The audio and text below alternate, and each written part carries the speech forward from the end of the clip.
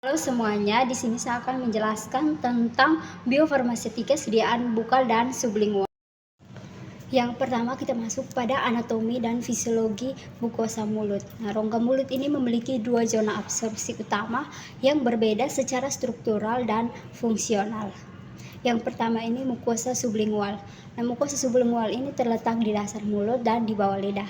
Epitelnya itu tipis, sekitar 100 sampai 200 mikrogram, kemudian hanya 2 sampai 3 lapis sel dan tidak berkreatin dan sangat permeabel karena densitas kapiler darah yang sangat tinggi tepat di bawah epitel.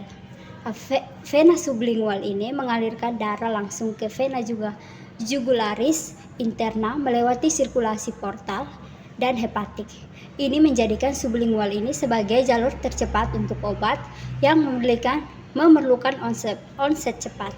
Contohnya itu seperti nitrogliserin dan buprenorfin. Nah, yang kedua itu mukosa bukal.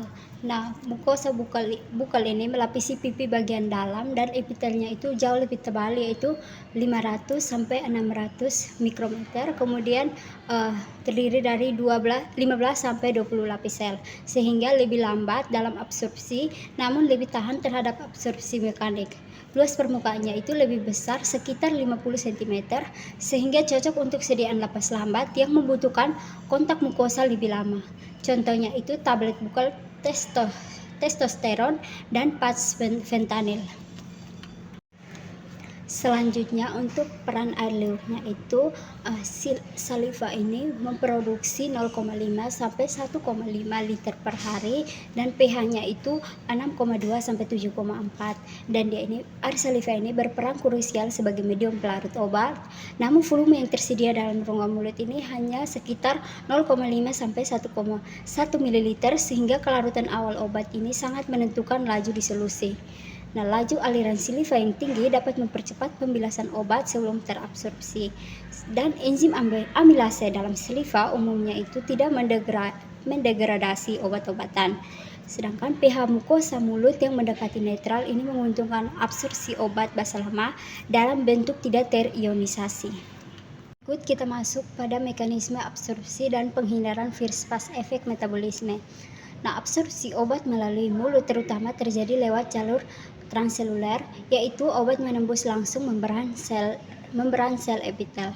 Nah, proses ini bersifat difusi pasif dan tidak membutuhkan energi dan dipengaruhi oleh sifat lipofilik obat. Maka semakin lipofilik obat, maka semakin mudah menembus membran, karena membran sel ini tersusun dari lipid bilayer. Obat dengan nilai log P yang sesuai akan lebih cepat diserap. Selain itu, mekanisme ini tidak bersifat jenuh atau tidak saturabel, sehingga laju absorpsi ini tergantung pada gradien konsentrasi. Selain itu ada juga jalur praseluler, yaitu melalui celah antar sel. Namun jalur ini sangat terbatas karena adanya tight junction pada epitel mukosa mulut dan hanya molekul kecil dan bersifat hidrofilik yang dapat melewati jalur ini dalam jumlah signifikan, sehingga kontribusinya relatif kecil dibanding jalur transseluler. Yang berikut itu keunggulan utama dari rute transmukosa, yaitu sublingual dan bukal. Ini adalah kemampuan untuk menghindari first pass metabolisme.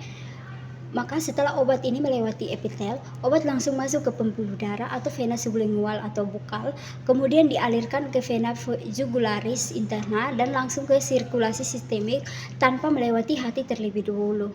Hal ini berbeda dengan rute oral, di mana obat ini harus melewati saluran cerna lalu dibawa ke hati melalui vena porta, sehingga sebagian besar obat ini dapat dimetabolisme oleh enzim hati sebelum mencapai sirkulasi sistemik. Akibatnya, rute transmukosa ini menghasilkan bioavailabilitas yang lebih tinggi dan onset kerjanya itu lebih cepat dan efek terapi yang lebih optimal, terutama untuk obat yang mengalami metabolisme hati yang tinggi. Yang ketiga, untuk parameter bioavailabilitasnya itu untuk profil AUC dan Cmax ini menjelaskan bagaimana perbedaan rute pemberian obat itu mempengaruhi jumlah dan kecepatan obat yang masuk ke sirkulasi sistemik. Cmax ini adalah konsentrasi puncak obat dalam darah, sedangkan Tmax ini adalah waktu yang dibutuhkan untuk mencapai konsentrasi puncak tersebut. Pada rute sublingual, obat ini diserap sangat cepat karena epitel itu tipis dan vaskularasinya tinggi sehingga menghasilkan Tmax paling cepat sekitar 0,3 sampai 0,5 jam dan Cmax-nya itu paling tinggi. Ini berarti efek obat ini muncul lebih cepat dan lebih kuat. Selain itu, karena tidak mengalami metabolisme lintas pertama, bioavailabilitasnya itu juga tinggi.